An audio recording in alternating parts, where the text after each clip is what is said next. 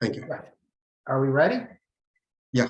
Okay, great. Well, thanks for inviting me. I appreciate the opportunity to get to speak to everyone about the importance of estate planning.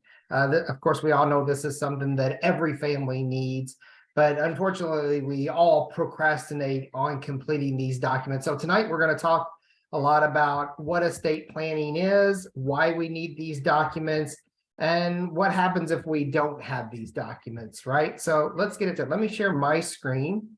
And this way you all can follow along with the presentation.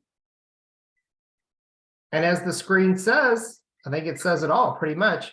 When you do your estate planning documents, we're protecting our wealth and our health by creating 6 documents for each spouse that gives us a full comprehensive plan of everything that we need when it comes to estate planning. So as Mazmar said, my name is Mark Stireman, Vice President of NetLaw. So what NetLaw is a online IT company that was created out of an estate planning law office. So you have the ability to create your documents online through a DIY platform.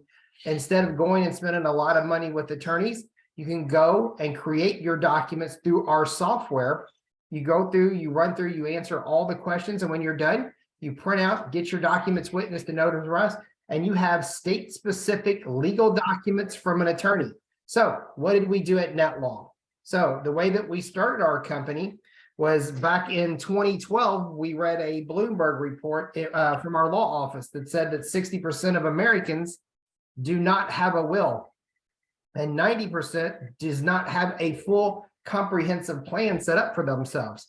So of course, you know, being in estate planning, that worried us, right? Why is it that these people who know that having a will is so important, why don't we do this? And there were 2 glaring reasons. 1, cost, of course, and 2, nobody wants to go see attorneys, right? Nobody wakes up one day and says, I gotta go see an attorney.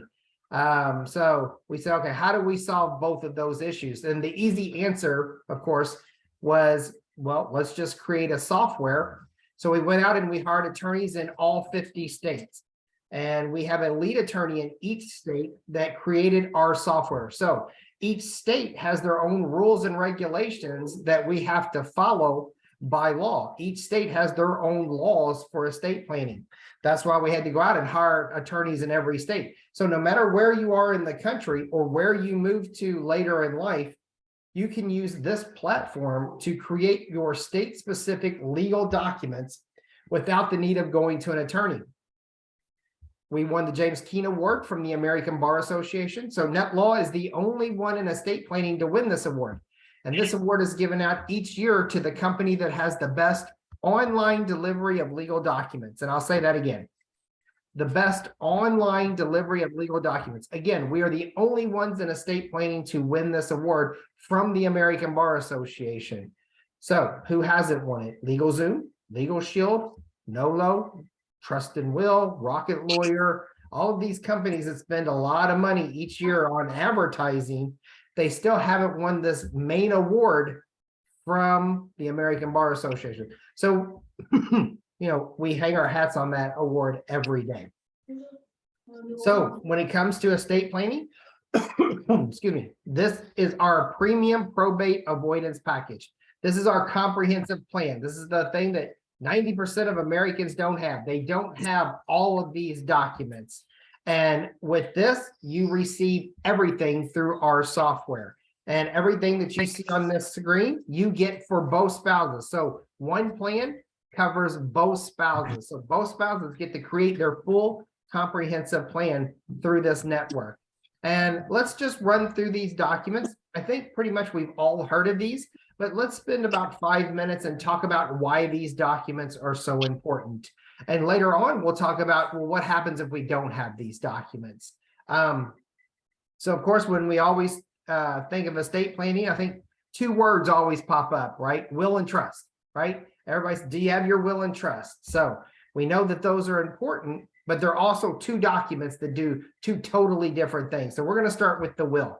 Why is the will so important? And there's 3 reasons. 1, we're going to name an executor, someone who's going to be in control when we pass away. Someone has to handle everything Once we pass, everything needs to be transferred. Kids need to get to guardians, all of that. So your executor probably is one of the most important people you'll name in this. Now, any state will require or will recommend that the executor be someone from your state. Of course, with the software, not only can you name a main person, but you can name alternates. So if you really want someone to handle it from another state or overseas, that's possible. But we would recommend that you have at least one person who is in the state that you reside in case something unexpected happens, and they can take over right away. So number one reason, executors. Number two reason, guardians of minor children. So if you have children under the age of 18 and you and your spouse pass away before that child becomes an adult, what happens, right? We need to name someone who will have control and custody of our kids. Without the will, we're not going to be able to name that. So that's the second reason. We need to make sure if mom and dad pass away, who's going to have custody of our kids? And number three, we're going to list all of our assets and who those beneficiaries are. Very, very important, because we need in the will to list everything. One, for our executors, right? So they know everything that we have so that those assets can pass to our beneficiaries right away. And two, we don't want any kind of government interference where the government will come in and decide how our assets are distributed. So those are the three reasons why we do our will. One, executors.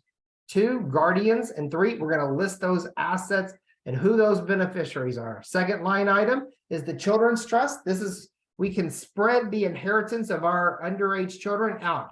If we do nothing and both parents pass away, the child, once turns 18, will receive the full inheritance. The children's trust allows you to spread that inheritance out over time, all the way up to 35, if that's what you choose. So we call it protection from the grave, but it's just a great way to spread that out so the child doesn't blow it before they even start thinking about financial awareness, right? Third line item is the financial power of attorney. Of course, we've all heard of our POA, right? Naming someone who can make our financial decisions for us if we can't make them ourselves. Now, this isn't a death document. It's a life document, right? This is somebody who, if you're in the hospital, you're in a coma, you're sick, you can't make any of your financial decisions for yourself. You can name someone who can go ahead and act as your power of attorney to pay your bills, help sell your house, do whatever you need to make sure that all of your financial decisions are taken care of. The next three documents are healthcare documents. These are just as important as your financial documents, but your healthcare surrogate is your medical POA. Who will speak for you if you go into the hospital? Who, if you can't speak and you have to go to the doctor's office, insurance companies, right? We need to make sure that we have someone who can speak for us if we can't speak for ourselves. HIPAA authorization allows someone to see your private medical charts. They can see your psychotherapy notes, anything like that. So your healthcare surrogate and your HIPAA authorization, they work hand in hand. They are so much alike, but still separate documents. And then the last healthcare document is your advanced directives. In some states, it's called a living will, but this is your end of life decisions. Do you want life support? Do you not? Do you want an autopsy? Do you not? We keep you in control all the way up to the day that you pass, right? So having these decisions already made will save a lot of stress on your family as well. We have a pet trust. So if you're someone who loves animals and you pass away, someone's got to take care of that animal. You can leave money behind for the care of that animal. And the last document is the revocable living trust. This goes with your will. This is our probate avoidance trust. So if you don't know what probate is when you pass away and you don't have a trust, all of your assets are frozen, even if they're in the will. All of your assets are frozen.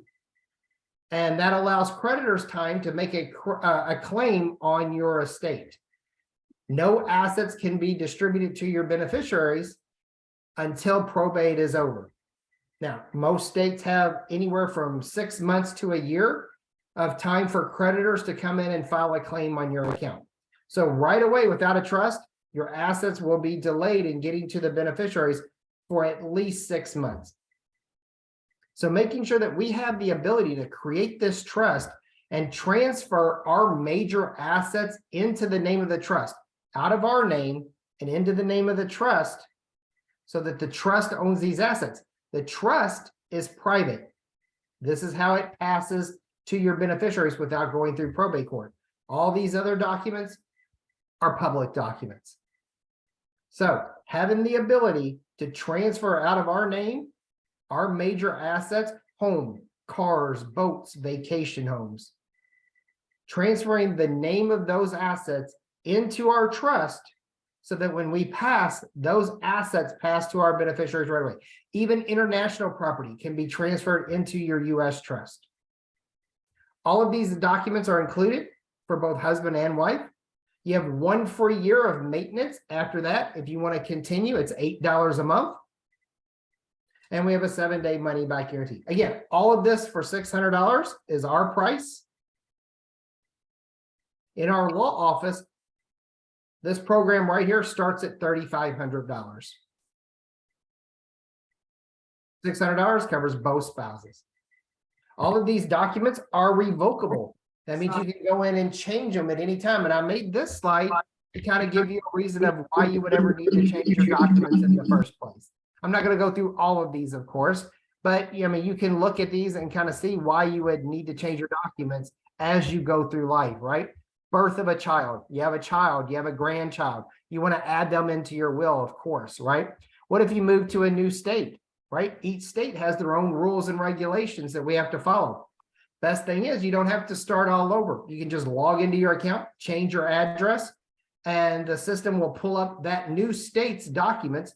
You just run back through and create it. Both spouses can create their documents in about 1/2 hour. 1/2 hour. If you come to our law firm, you're going to be there probably 3 hours. So not only do you get to create your documents, but you get to edit them as well. And all of these documents are saved in our vault system for safekeeping, so you can never lose them. So once you create these documents, you print them out, you get them witnessed and notarized, you can scan these documents back into your vault system. So not only do you have your hard copy, but you have your digital copy as well. So we talked about why estate planning is so important, and we talked about all the documents, right? But the next 4 slides, and these will be the last 4 slides that I go over, we'll talk about what happens if you don't have these documents and you pass away. And this is everything that we've already talked about, but now we're gonna look at it from, hey, this is what's gonna happen if you don't have these, right? Again, if you don't have a will, you didn't get to list your assets and who those beneficiaries are. This is where the state will come in and decide that for you. It's called intestate. Intestate simply means that you passed away and you didn't have a will. So the government says, okay, you didn't let us know, so we're going to decide for you. In Kentucky, where I'm from, our intestate laws are for my individually owned assets. If I pass away, my spouse gets 50% of that. My kids will get the other 50%. Now, that's not how I want my assets distributed. You know, most people say, hey, everything's going to my surviving spouse, then to the kids, right? Because we always want to take care of our spouse. Then the surviving spouse will take care of the kids. So making sure that we have our will and listing our assets and naming those beneficiaries, very important. And it's going to stop all the family fighting, right? How many times have we heard where, you know, mom and dad pass away and the brothers and the sisters are all fighting with one another, right? And then families fall apart. People don't talk for 5, 10, 15 years because of something as silly as this. This will stop all of that. This is always the first thing that I talk about when people come see me, unless I know that they have children under the age of 18. Then this is the first thing. Again, in your will, you didn't create one, so you didn't name a guardian for your kids. Again, the U.S. Court system will come in, a judge will decide who has custody of your kids, a judge. Not you, not your family. Making sure that if something unexpected happens to you and your spouse, making sure that that person that you want to raise your kids Not only just raise your kids, but this is the person who's going to be in control of their inheritance as well. I think we can all agree that we're the best person to choose this, not some judge that doesn't know our family, correct? And again, it's going to stop all the fighting. You and your spouse pass away, mom's side of the family is going to come fighting for the kids. So is the dad's. And it's going to be a nightmare. This is why we create our will, so that we are in control of everything. We talked about the trust and why it's so important to avoid probate. Remember, you're not going to avoid probate, right? You passed away. But our beneficiaries will be the ones that have to go through probate, our executors, beneficiaries. And if they ever fight the system, instead of just waiting it out, you have to hire an attorney. You have to go to court. It's very expensive. Even in Kentucky, it's about $6,000 to go through probate court. Nobody should have to do that. And again, in Kentucky, it's 6 months. In other states, it's up to a year where creditors have time to file a claim on your estate.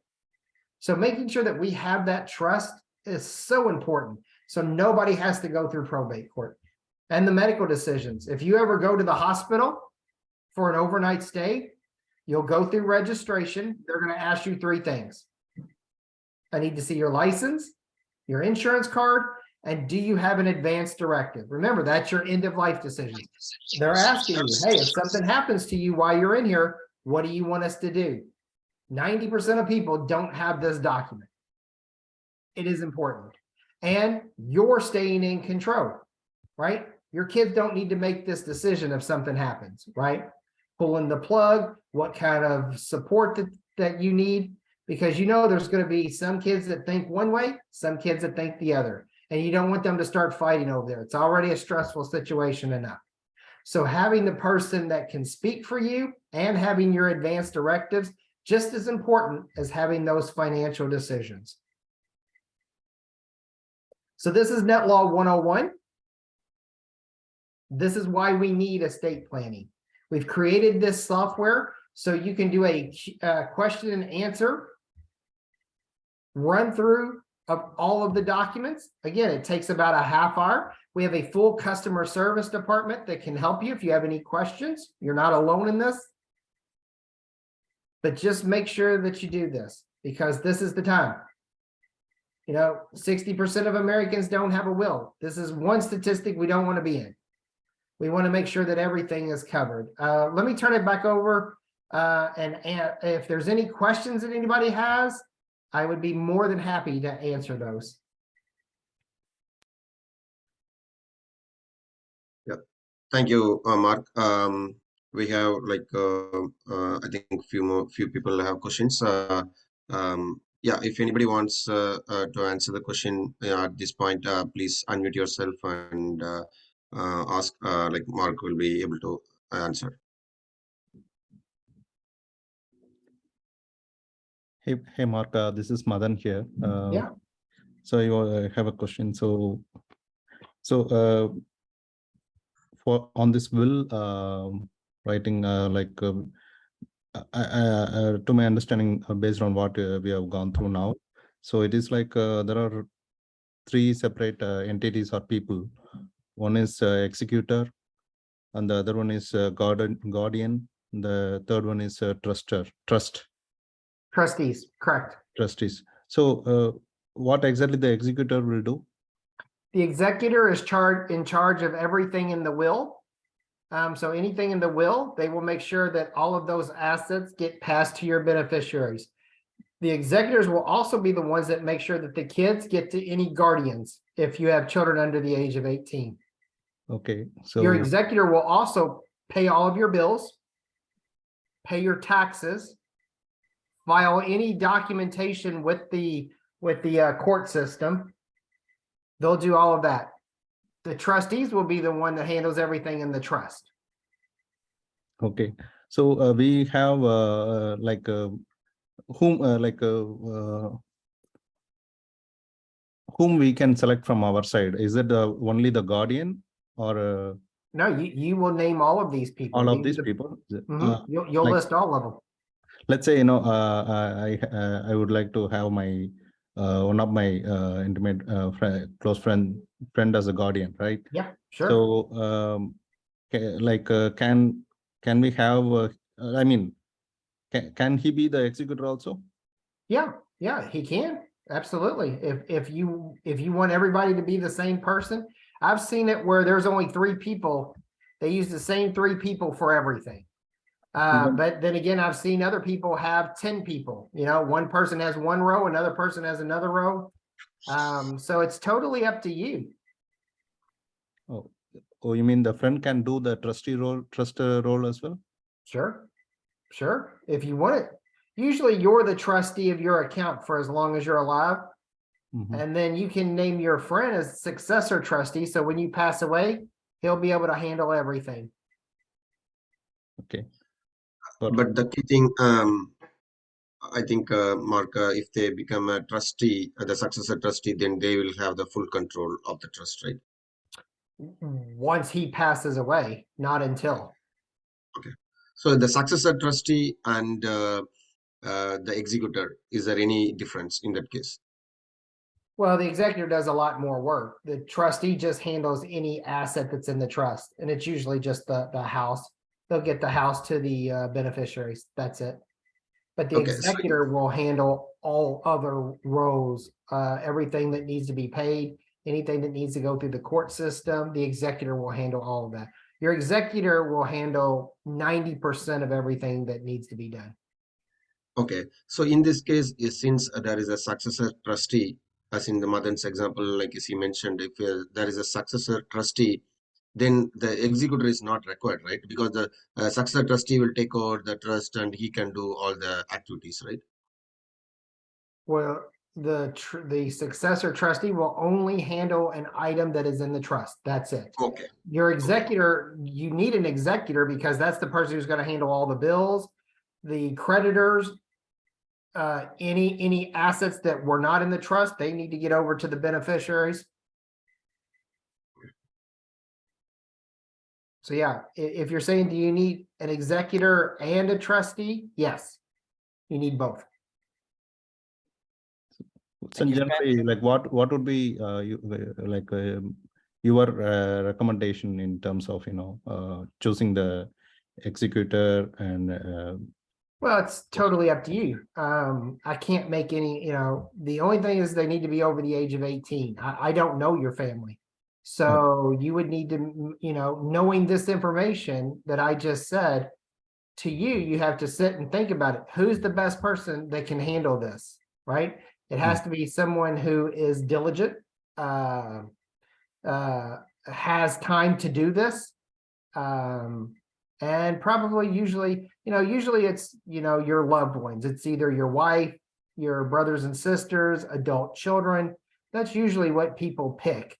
Of course, you can pick anybody that you want. If it's a close friend, absolutely, you could use them as well.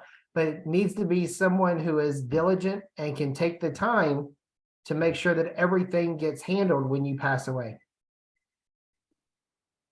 got it? How many executors can I choose? Like it's only one, or you can name a couple, right? Yeah, you can name you don't want to name like, more than probably 3 or 4. Then they're gonna, it gets too complicated on who's doing what, right? So usually most people pick one person and then you have successors. So if that person can't do it, then other people can fill in. Hey, Mark, this is Mari here. I have a couple of questions. Yeah. So does this will or trust document has any expiration date? No, as soon as you get it witnessed and notarized, it's a legal document. Okay, and let's say my second question is, if I want to make a change for the document I made, let's say I want to change the guardian or I need to change the executor down the line in the future. Is it possible? If possible, and is it an easy change or? Yeah, you just log back into the system and you make your changes. Remember though, anytime that you make a change, you need to print that document out again and get it witnessed and notarized. Okay, that I can do it by myself in the portal. Sure, yeah, you just log back into your system and you can go to the section that needs to be changed. You make the change, print out your document. Got it. So this, Mark, I have a question. Like, there are multiple roles here, right? So to choose a successor, right? So there is no need of any relations, right? It can be any XYZ person. Yeah, as long as they're over the age of 18, it can be anybody. On Now, for guardians and stuff like that, we would recommend that they live in your state. You know, God forbid, you know, you and your wife are driving somewhere, you get into a crash and you both pass away, right? Someone needs to come and grab those kids right away. If not, they're going to go to foster care until the judge can decide, hey, who's claiming these kids? What do we need to do with them? So, you know, it can be anybody, but we would always recommend that at least one person is from your state so that they can act right away. Hopefully that makes sense. Yeah. So this leads another question, Mark. I think many of us also have the same question. So it's in the priority 1, 2, and 3, right? So in the priority 1, if they have somebody in other state or in other country, and in the priority 2, if they have somebody in local, can if those incident happen, whether the priority 2 person will can they take care of the kid, or they have to wait till the first person whomever they listed they have to come? No, as long as they're listed in the will, they can go grab the kids. Okay. So the guardian's role is more of taking care of the children, or That's their only role. Yeah, they will receive custody of the kids, and they'll also be in control of the kids' inheritance until they turn 18. got it. And this slide, which you have shown in the last about this advanced directive with a medical power of attorney, this would be a sub part of the will itself, right? No, these So are that's all separate documents. These are all separate documents. Or is it? Okay. Hey Mark, you told we can have multiple people for any of these documents. Can we name someone from outside United States, or the person has to be stayed in this country? Yeah, you know, as long as they're over the age of 18, if they're going to play a role as executor, guardian, or trustee, they need to be over 18. They can be someone from overseas, yes. But again, we would still recommend that you name at least one successor, someone here, so that they can fill in the role until that person can, you know, because if they're in India, how fast can they get over here, right? You know, it's not like it's just jumping in the car and driving over, right? So having someone as a successor here in the States will make things a lot easier. Yeah, but yeah, I understand. We can have someone here, and it's possible to have someone from outside this country as well. Absolutely. And do they need to have any document notarized? Or No, you'll get all of the documents witnessed and notarized when you're done creating these documents. got it. Hey, Mark, Senthil here. So the question is, I know, I mean, the laws vary by state, but this will and trust is just common for the whole, all 50 states, right? So if I need to, say, for example, if I create a will here and then move to Texas, I don't need to do anything. Yeah, it'll be different. Each state has, each state has their own rules. So our software is designed for the rules of each state. So like if you're in Illinois and you create your documents, those documents are going to be different than the documents in Texas. Okay. So in that case, I will have to redo it? Absolutely. Okay, got it. Thank you. Yeah, this isn't a cookie cutter or a generic document. These are actually, you know, these are the same documents you'll get if you went to an attorney's office. That's how advanced this system is. So we don't have a common document across all states. Correct. So if you are moving to different states, then we have to redo everything every time. Yeah, just log back into your account, change your address, and then run through the documents real quick. Yeah. And you might not even see a difference when you're going through and filling out the software. It's just when you print out the document, there's going to be different wording per state in your document. Is there any fee involved when we make a change online? Yeah, for the first year, no. After the first year, it's $8 a month to keep your account open and active. You can shut that down. You don't have to pay that. you still have access to your vault, so you can print out your documents at any time. Your documents are still legal, they're still valid. But if you ever do need to make a change, you can just pay a reinstatement fee anywhere from $8 to $250. That's the maximum. $250 is the maximum. We reopen your account for a month. You make any changes and then decide if you want to shut it down again or pay the $8 going forward. So what is the 250 maximum? Why it is 250? That's for our vault system. It's for our storage system. I mean, what would be the scenario to pay 250? I'm asking.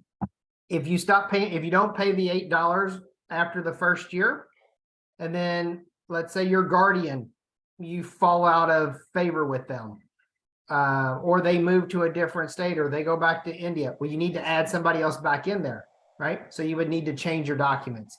It's this right here. These are all the reasons of why you would need to create or edit your documents. Okay. Is change in employment is also required? Yeah, some people have, if you have through work and you do your documents, but if you leave, you lose that ability to go back to them and change anything later. With us, you always have the ability to do that.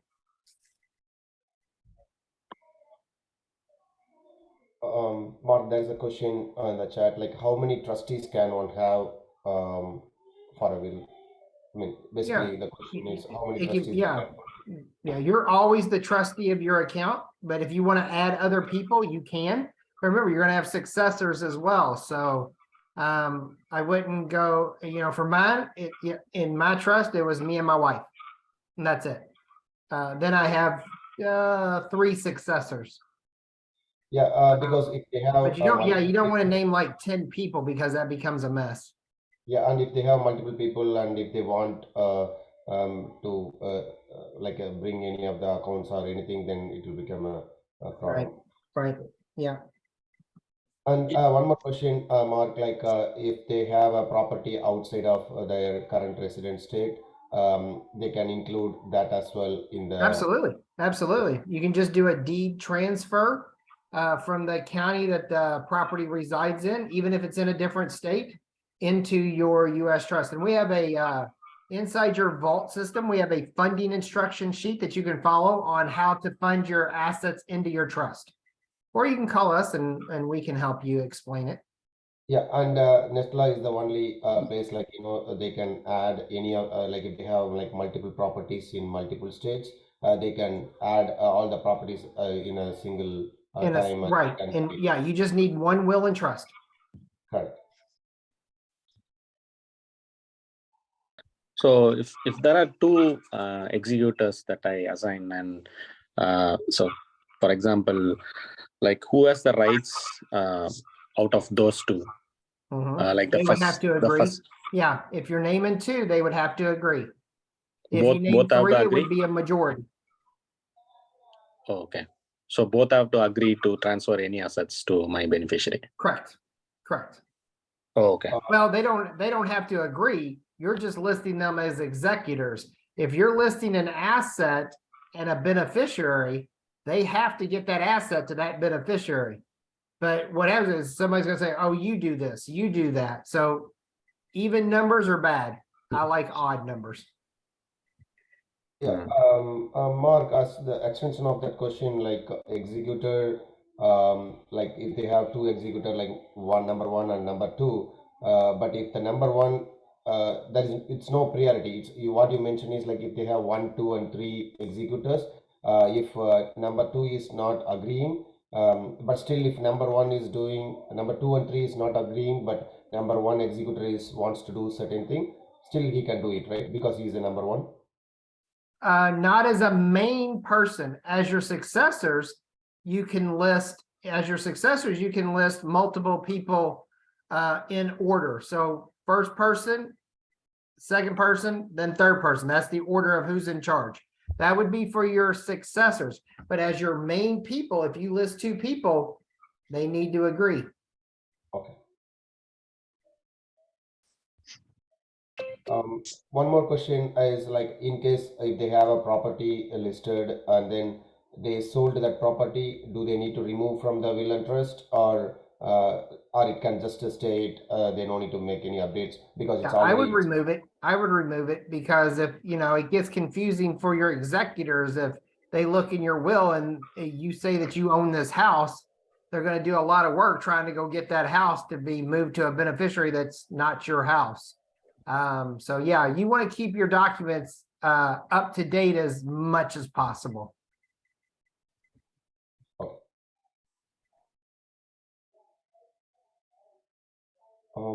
Anybody else have any other questions? Yeah, Mark, Jagdish here. Just maybe fundamental questions. So, who needs to have this will? Does this applicable only for permanent resident or parents No. of anybody Yeah, who has a US anybody, citizen? anybody who's over the age of 18 that has any kind of property or ownership of an asset in the US needs these documents. Okay, so if Yeah, I'm not, your citizen status doesn't mean anything. I see. Okay, so it's not going by the citizenship, right? Correct. Because I was just wondering, like, why do US government takes the kid if they are under 18? Don't we have that the origination country or their native country of origin takes a role? Nothing like that. No, Okay. because you're here, our government is in control. Yeah, this is one of the biggest things that is not good about our government. We all know, and for those who don't know me, I work in the Indian community 95% of my day. And we know how easy it is over in India. If mom and dad pass away, the kids, they just go, to your brothers or your sisters or the next closest living relative, right? Or everything goes to your spouse and then to your kids. It's not like that over here. That's why we've created these documents to make sure that the transition of assets gets done as smoothly as possible, because the government will step in and take over. Yeah, is it because the kids are born here, like a US citizen, or if the kids are not US not citizen? even that, not even that. Is If it? Okay. mom and dad are not citizens and the kids aren't citizens, the government, not knowing what to do with these kids, will put them in foster care so they're taken care of. Got it. Yeah, thanks, Mark. Because that was like something was lingering in my mind. Okay. Yeah, no, it's a good question. You Hey, Mark, mentioned this is about. Sridhar. Oh, sorry. Go ahead. Yeah. So, hey, Mark, this is Sridhar here. Mhm. Just a basic questions like, so we created this will and documents and we'll sign it. Like, who will hold this document, or will this document will be registered to any third party, or how does it the documents will float around, Yeah. and who will hold these documents? Like, Yeah. So what you'll do is you will get, you'll print out these documents and get them witnessed and notarized. Once that happens, they're legal documents. You don't need to file them with any court office or anything like that. When you do your deed transfer and you get the new deed in the name of the state, the county clerk's office will file that on your behalf to the county records. So you don't have to file anything anymore. okay, how about the assets? Like, so is that also been the floating documents, or? Say that again. How about the assets? Like, so we have a house or anything, so we registered already, like, with the name of myself and my wife. So if it has to be passed on to my children, is it has to make any changes on that? No. So for mortgages, they'll all stay the same. They'll stay in your name. The only thing that'll change for you is you will need to put, if you want to put the property into the trust, the deed that you have now in both of your names. What state are you in? California here. California. You can do a joint trust. You and your wife can do a joint trust, transferring that deed out of your individual names and into the name of your joint trust. So both of you still have control of the house. If one passes, if you pass, it's her house. If she passes, it's still your house. And then you can distribute that property upon your death to the beneficiaries. So you don't lose any authority or power or anything like that. Okay. And also you mentioned about like executor, guardian, trustee, like those the roles we are mentioning. So whether like so we have to notify them and we have to provide any documents related to them, or whether they have to come over, or what are the other details that we have? Yeah, I would definitely let them know. That you don't want that to be a surprise to them. So yeah, I would, for my executors, my guardians, anything like that, I would give them a copy of my will so that they have a copy of it. So if anything happens to you and your spouse, they have the document, they can go show the court system, everything gets transferred really easy. Okay, so basically they need to have these documents. We would highly recommend that. Okay. If not, you can give them your username and password to your account, and then your executor could get in there and print out copies of everything. But I think it's just easier if everybody goes ahead and has a copy of it in the beginning. Okay. Okay. And also another question is like, how do we make sure, like, so when the husband and spouse passed away, like, the executor, who does make sure, like, these are like, assets, or like everything is going to the children? Who will make sure that, like, That's your guardian, right? Whoever the executor is, they're going to handle that. Okay, so in this case, government or anybody will not involve into anything. Like, they'll not make sure. No, this is why we do this. When we do this, we're keeping the government out. Okay. Okay, so and you mentioned about this, like, the list of like the last will, treatment and children's, and HIPAA authorization and those things, right? So it's all a separate document that we have to sign, or like it's all a single, Right. So your last will and the children's trust, that's all included in the will. Everything else is a single document. Okay. So you'll have 6 documents for you, 6 documents for your spouse. Unless you do a joint trust, then one person will have 6, the other will have 5. Okay. And also, why is there 2 different documents? Like one is like a healthcare surrogate and one is HIPAA authorization, right? Both involves like medical related and medical decisions. Why there are 2 different things to handle such scenario? Yeah. So, it's more medical documentation than anything. Your healthcare surrogate is naming a person to speak for you if you can't speak for yourself. That's the role of your healthcare surrogate. So this person will talk to the doctors about any kind of procedures that maybe you don't want to do, right? If they want to do a procedure and maybe it's a medical or it's a religious, hey, no, we can't do that, it's against their religion, or you just didn't want that to happen. This is where they talk as if you're talking through them, right? Your HIPAA authorization allows that person to see your medical charts or psychotherapy notes. They work hand in hand together. They're just 2 separate documents. Okay. All right. Thank you. Okay, and also these documents, like, you mentioned about, like, it'll be in the portal, like, it'll be in the NetLaw portal, or who will hold this? Yeah. So once you print out all of these documents, what you do is you get them witnessed and notarized. Then you can scan them back into your NetLaw account. We have a online storage system where not only will you have your hard copies, but you'll have your digital copies as well. And digital copies can be used in a court of law as long as they're witnessed and notarized. Okay, and you mentioned about, like, so after a year, we have to pay. So what is it? Can bit more details about, like, So for the cost, everything's included for 1 year. You can create, you can edit your documents, you can store as much into your vault system as you want. After the first year, if you want to keep your account open and active, it's $8 a month, $96 a year. And what that does is that keeps your account open. You can edit your documents, you can store more things into your vault system, you can print your documents out, anything that you want to do. But if you shut it down, say, I don't want to pay the $8 every month, that's fine too. But you do lose the ability to go in and edit those documents at any time. You can still log into your account and print your documents out. They're still legal documents. They still are will hold up in court. But again, if you ever need to come back because there was a change that needs to be made to your account, you can call us up, pay the reinstatement fee. We'll reopen your account, and then you have 1 month, and then you can either decide, let's go ahead and shut it down again, or I'm going to pay the $8 going forward. Okay, and what is the reinstantiation fee?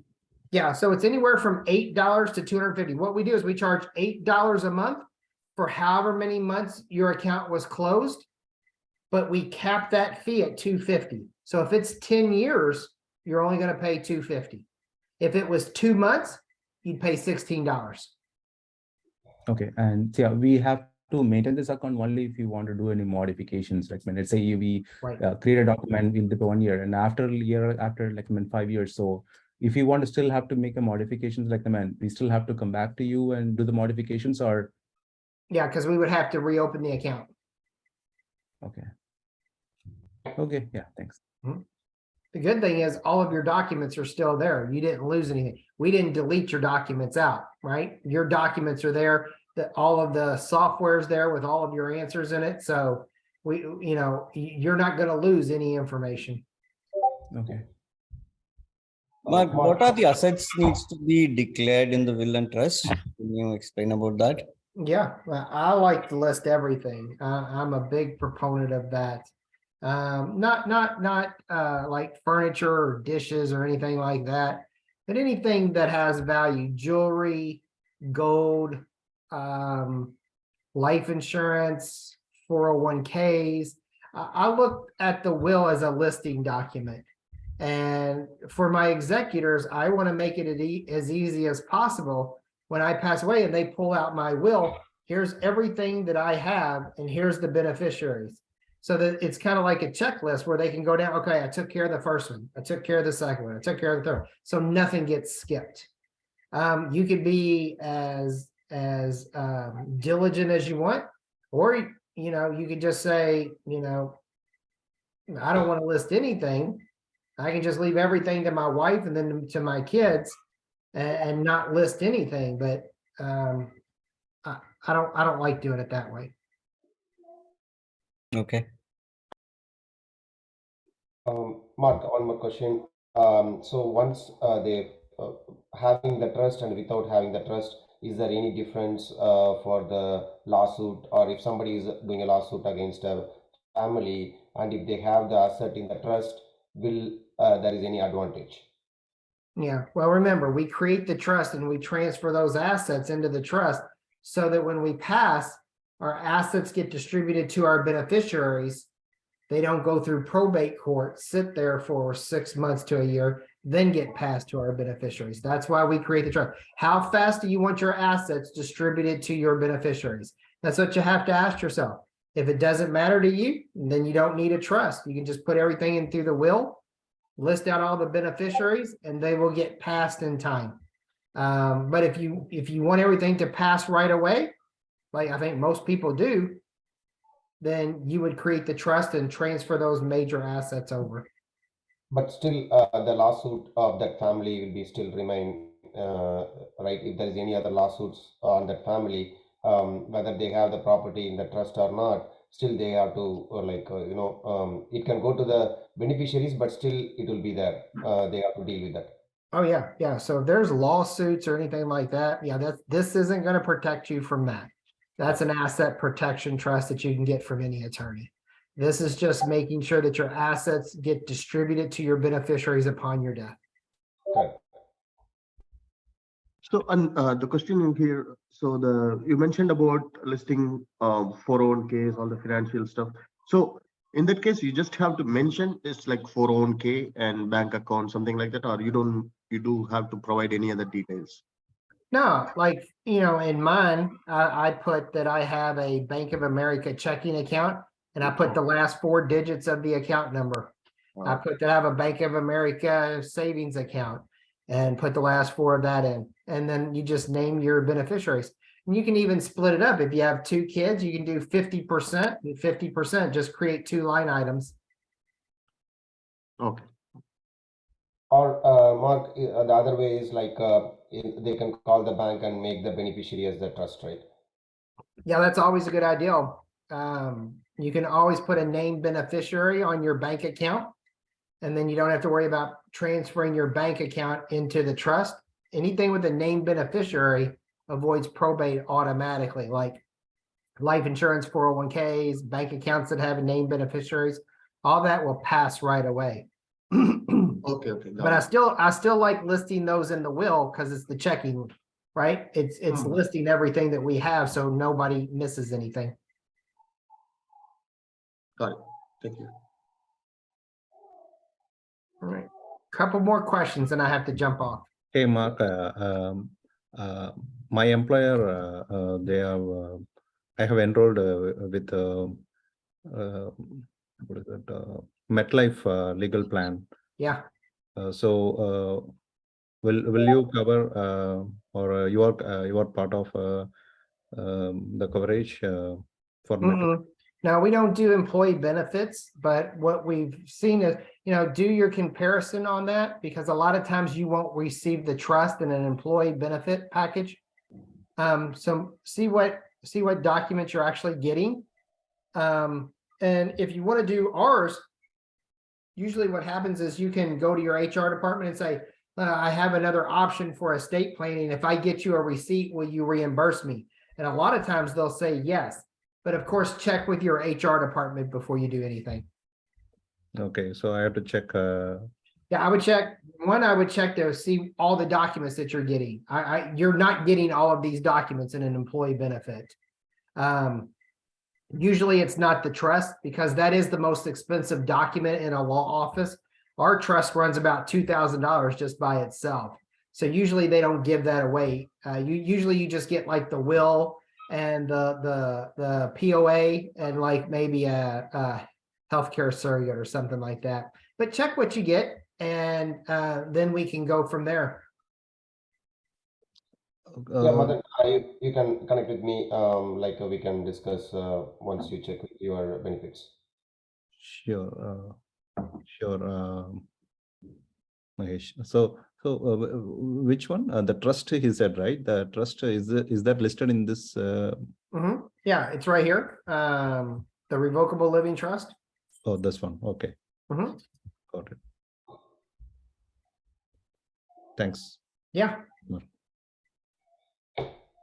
All great questions. It's a great questions, and if you have any other questions, I can help with them. And thanks, Mark, for giving your 1 hour and explaining in detail. And thanks for everyone who joined.